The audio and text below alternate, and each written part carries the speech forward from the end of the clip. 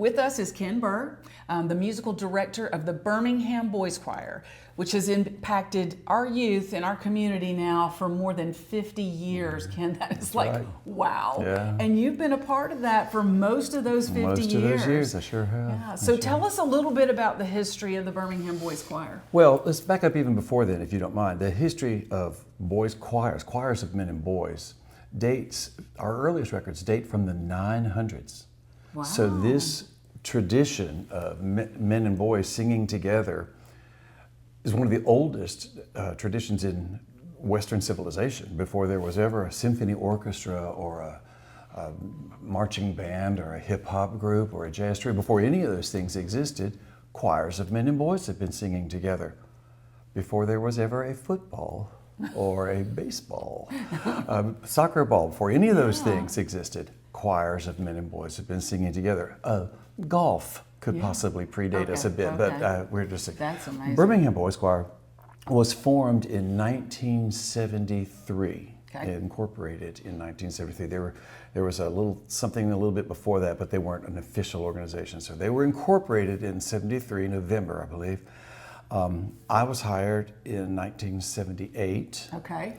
And my wife and I have been working with the Boys Choir this is our 48th season, which is really kind of wonderful. With the choir, we had 13 boys when we started. Wow. And we've got 150 boys enrolled right now. We are at our maximum enrollment, which is really pretty wonderful. Yeah. It's actually one of the largest boy choirs in North America right now. Wow, I wondered if this is a fairly unique. It is. It's very unique. Mm-hmm. So, well, tell me. I know because I've had personal experience. I know that the music is fantastic, but Birmingham Boys Choir really is a lot more than music. It impacts these boys in other ways too, right? It's one of the things I love about this art form. When used well, it can be a vehicle to teach more than just music reading, which is important, more than just good vocal technique, which is important, more than just the idea of being the healthy activity that singing is, because it's a very heart healthy, body healthy, because reading music and taking part in that activates every part of your brain.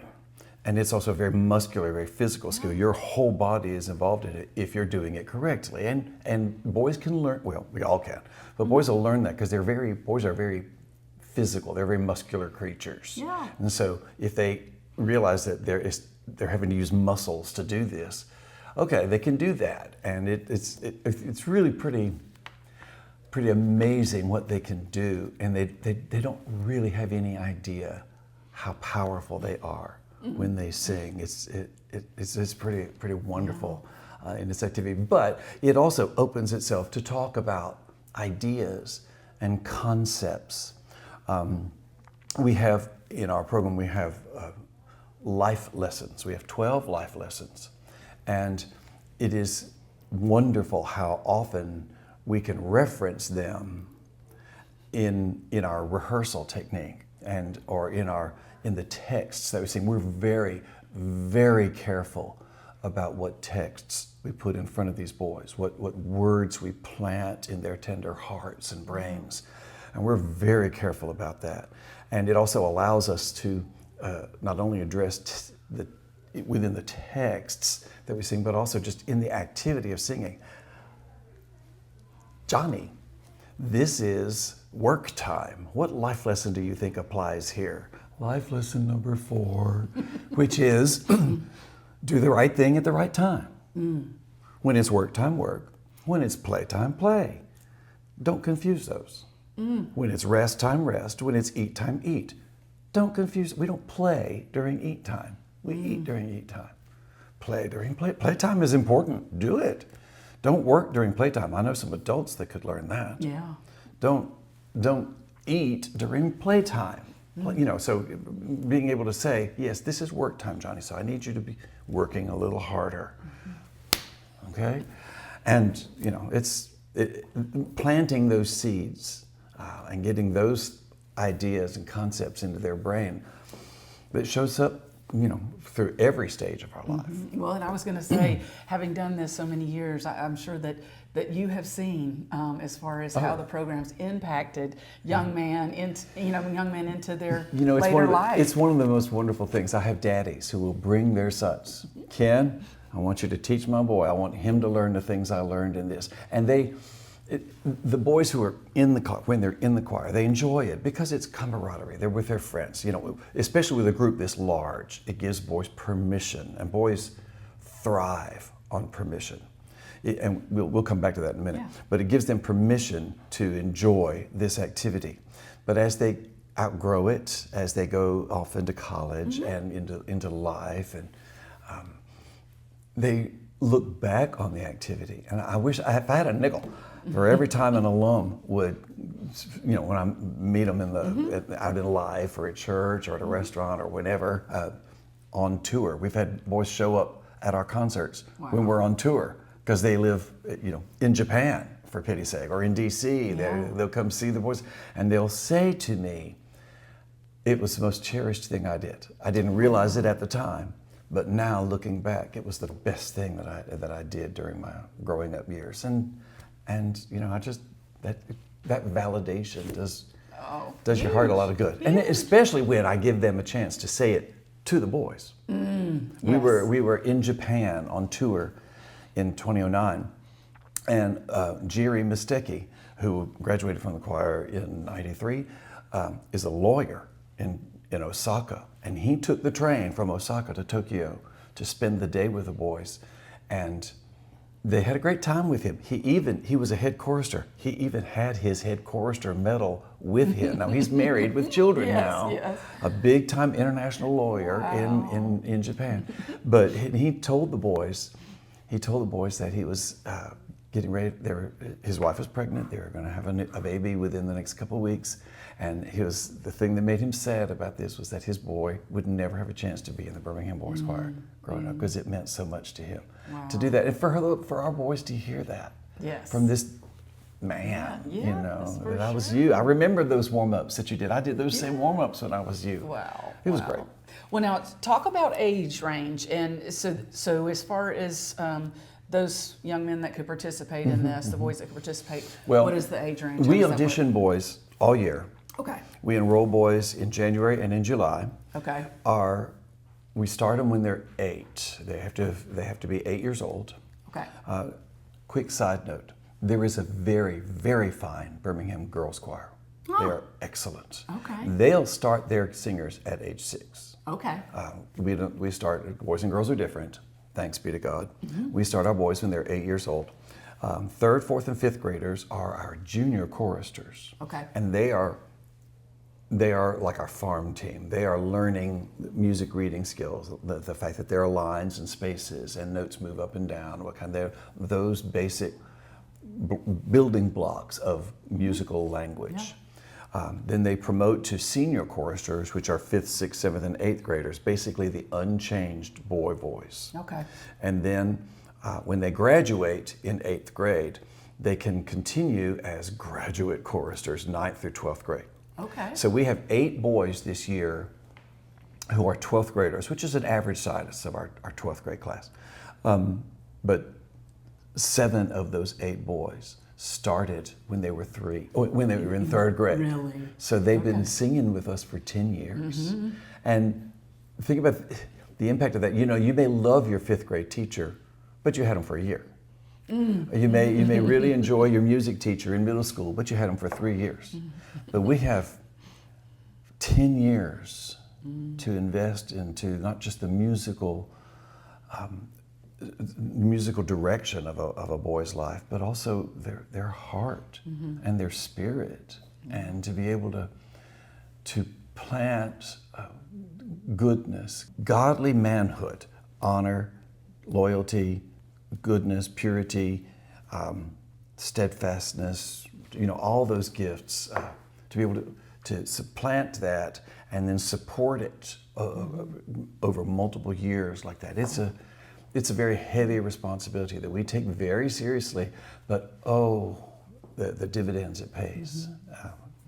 Well, so if there is someone out there and they feel like they have a child, grandchild that would be a fit for the program, what's the first step? How do The first step, our website is birminghamboyschoir.org, and Okay. on the website, all kinds of information about the Boys Choir, and it has an auditions tab. So if you touch that little auditions tab, there's an audition request form, and we respond to those very quickly. And it takes about 90 seconds to complete, just some basic information. And we will audition boys starting in the second half of their second grade, Okay. all the way up through high school. Now we have different entrance requirements for them. Our young boys, when they come in, they're on a probationary period. They need to show us that they have the inclination and the desire to do this. Not just mommy made me do it. Right. Although 8 times out of 10, mommy made me do it grows into, yeah, it's kind of fun. I like it. Yes. I'll stay. And with older boys, like high school age boys, if they want to join, they have to have a recommendation from another boy that's in the choir. Okay. Because we do have certain standards of behavior that are not just musical standards, but also personal standards, and we need to protect those. So another boy has to tell me, yeah, this is a good kid. So yeah, if he auditions, I'll stand up for him. So that kind of thing. What kind of commitment are you wanting from the boys and the families? That's a great question. We rehearse once a week. Okay. So the rehearsal is what, an hour and a half. Currently, we rehearse in satellites. Okay. So on Monday afternoon, we have junior choristers. Junior choristers rehearse at 3:45. Senior choristers rehearse at 4:55. Chamber choir rehearses at 6:15. Graduate choristers rehearse at 6:45. And we do that on Monday in the south end of town, down Highway 280. Okay. On Tuesday, we do the same thing in the eastern end of town. Okay. And on Thursday, we do the same thing on the western end of town. All right. And I go to all of those places and teach all those rehearsals mostly. And the boys pick which one is closer to their house or which one best fits their soccer schedule or whatever. Right. They attend one rehearsal. I go to all of them. Our satellites operate for 13 weeks each semester, the beginning of the semester. And then the last 4 weeks of the semester, everybody comes to one location. And my job becomes make sure when all the boys arrive here, they know the same music, the same breathing and articulation, the same vowel formation, all those things. Okay. So that we put the major concerts together. We have 2 concert series in our program. Our regular concert series is Christmas concert and spring concert. Those 2 concerts are free and open to the public. They are our gift to our community because we represent our city and we want our city to know and recognize the value of what we do. And then in between those, we have our collaborative concert series, which are ticketed events. They're slightly smaller, more intimate events. The Christmas concert will have 2,000 people, and the spring concert will have 1,500 people at it. So, but these are smaller, a little more intimate events. And once we start getting into those, everybody sings for the Christmas and spring concert. Okay. So that's why those full rehearsals are really kind of exciting. Yeah. But before that, and again, it's still one time a week. And then the satellite rehearsals before then is much more, like we'll have 40 boys tonight spread out in 4 different rehearsal sessions. Okay. And the east side of town, we have like 38 boys. And then the western town, that's our largest, is 70 some boys. Okay. But they get a little more individual attention. Yeah. And it's very kind of a close-knit, really enjoy the small group. Yeah. But then when the large group gets together, it's a little bit aromatic, Yeah. as well as musically breathtaking what they can do. Yeah. Ooh. Yeah. Well, I know you just came off of the Christmas concert, so that spring concert's coming up. And then you also have, I believe, like a mission type interactive event that the kids do. Is that true? The boys, the community outreach? We have two fundraising, major fundraising events right. that we do every year. Taste of Birmingham event Okay. is coming up in the spring, and that'll be held at the club in the ballroom. We have some of the best restaurants in the city. We'll come and bring 2 to 4 ounce portions, and people get to graze and enjoy lots of different things. And the boys will sing for that. Okay. That's cool. The boys love it because they get to eat and sing. There you go. It's a perfect life. I love it. But our other fundraising event that we just finished in the fall is Meals to Missions. Okay. Where the boys solicit support, and then the boys with their families, it's a family event, on a regular full rehearsal day, they'll come in and they'll alternate. I mean, while the juniors are having their full rehearsal, the concert boys are doing their meal packing, and then they swap places, so we don't have all 150 boys plus their families in one room. Yeah. But they, based on how much support they raised, they'll put together meal packs that would feed 4 people per meal. Okay. And I think this year, I mean, you'll need to check with Jeff and make sure these numbers are correct, but I think they did more than 10,000 meals this past fall. And 80% of those meals will go to like foreign missions and feeding hungry children. Okay. And 20% of them will stay local, somewhere in the southeastern United States. Because, you know, we all know that there is tremendous need in our world. Yeah. And there's tremendous need just right here. And it gives us a chance to talk to our boys. Our life lesson number 12 is every day find a way to help someone, hug someone, and thank someone. And so it gives the boys a chance to actually be involved with their, I mean, family members do too, with helping someone here in a very practical and nutritional way, but also it gives the boys a chance to think about how much they have for which to be thankful. Boys, you have shoes. There are boys in this city who don't have shoes. You have a place to sleep tonight. There are boys in this city who are sleeping in the car. Yeah.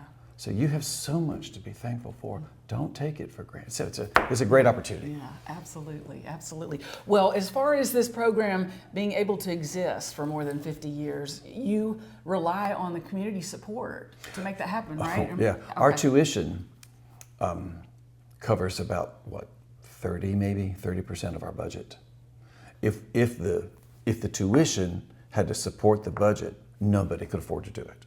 We primarily count on the support of individuals or local companies or granting agencies that recognize that in order for us to have a generation of strong men, the only place to get that is to raise them from boys. There's no other source of Christian men leadership other than the boys that we have. So, you know, if you want to have good, strong men as your bankers and your pastors and your politicians, then raise those boys that way. Absolutely. So, yes, so that if people want to donate, be a part of that side of things, buy tickets to the performances, the website's the place to go. There's a website's the place to go. There's a place to make donations in there, a place to buy tickets on there, a place to support our tour, which is a cool thing. I think an important part of what we do, because we're a civic organization.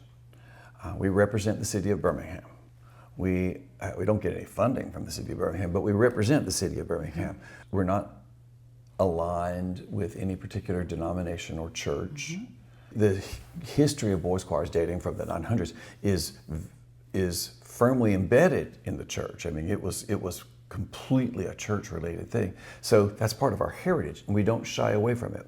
We're not afraid of our heritage. We don't apologize for it at all. We celebrate our heritage. So we always include hymnody and sacred choral literature, classical choral literature. We don't apologize for the Christocentricity of the boy choir history.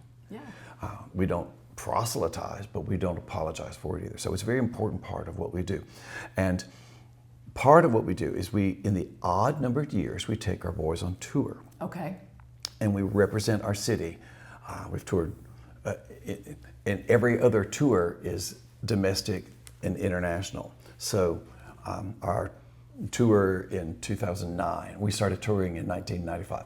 In 2009, we were in Japan. In 2011, we were in the southwestern United States. In 2013, We were in Costa Rica in 2015. We were Germany and the Czech Republic. And 17 was northwestern United States. And 19 was Ireland. And 21 was Texas, even in the middle of COVID. And 23 was Scotland. 25 was America's founding cities. We took the boys to sing in Colonial Williamsburg and Philadelphia. We sang a wonderful program with the Philadelphia Boys Choir, fantastic group. And Washington, D.C., sang in the Basilica of the Immaculate Conception in D.C. and at the Jefferson Memorial, which is really kind of cool. And then our tour, we just announced last night that our 27 tour is going to be to Italy. Oh, we're going to do Rome and Florence, which is, we're really excited. I know you never done Italy, so it's going to be great. Fantastic. Well, thank you so much for taking time to thank you. with us Thank you about for the having choir. And if you want to learn more, go to birminghamboyschoir.org to get more information, or you can also give them a call.